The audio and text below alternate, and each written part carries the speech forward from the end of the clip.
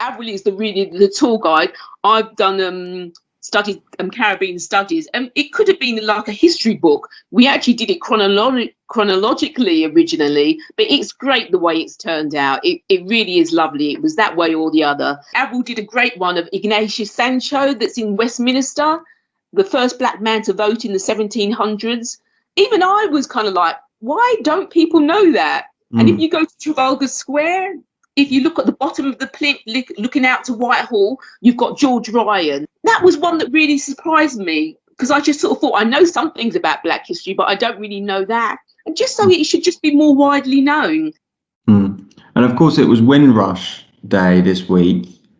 Avril, that's all the more, it makes the book all the more pertinent, doesn't it?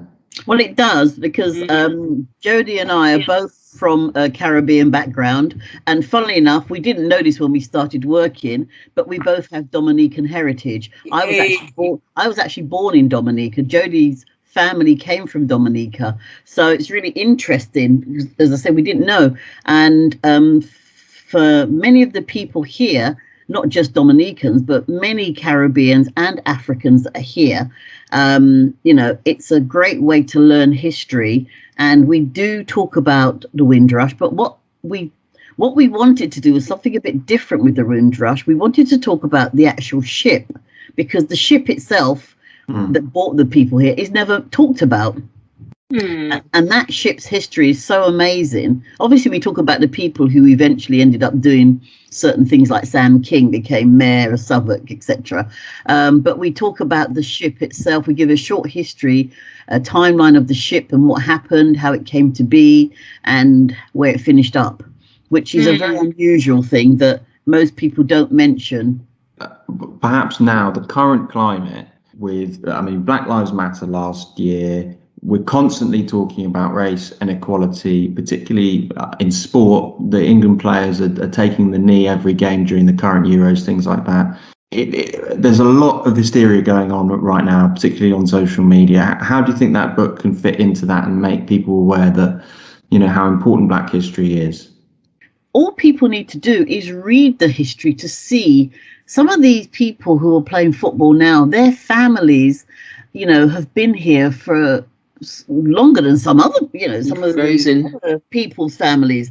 Not to say that I don't want to sound like I'm trying to make a clash, but Black people have been here for a very, very long time, long before 1948. We started with the Windrush, but the actual book goes back, and we've got people going back right into the 14th, 15th century. And if only these people would understand the history of the Black players who are playing now, then they would understand how long these people have been here and what they've contributed to society. And it's really interesting how they boo for the knee, taking a knee, but when a Black player scores, they're screaming and shouting with delight. And, that makes no sense to me. I think, James, for me, it is, I suppose, the Black Lives Matter, George Floyd, it has added to the traction. But I think, as Avril says, Black history, it has been just a bit untold and erased. And a lot of the people that should have been included haven't been included. And I think this generation particularly, not that each generation hasn't had their struggles, because in the book we do like the Battle of Lewisham, where I'm from Southeast London, when the National Front tried to march through Lewisham, and that's 1977. And if you just look back during the Windrush era, small acts that has been on television, each generation has had their struggles. And I think this generation is saying, wow, we just want a more inclusive, honest history, really. I think it's that at the end of the day, because it doesn't take a separate history. Black history is English history. If you're talking about the Tudors, all you just have to include is John Blank at the 1511 tournament. It's not a lot of extra things. Yeah, John Blank, James, was somebody who was actually working with Henry VII and Henry VIII.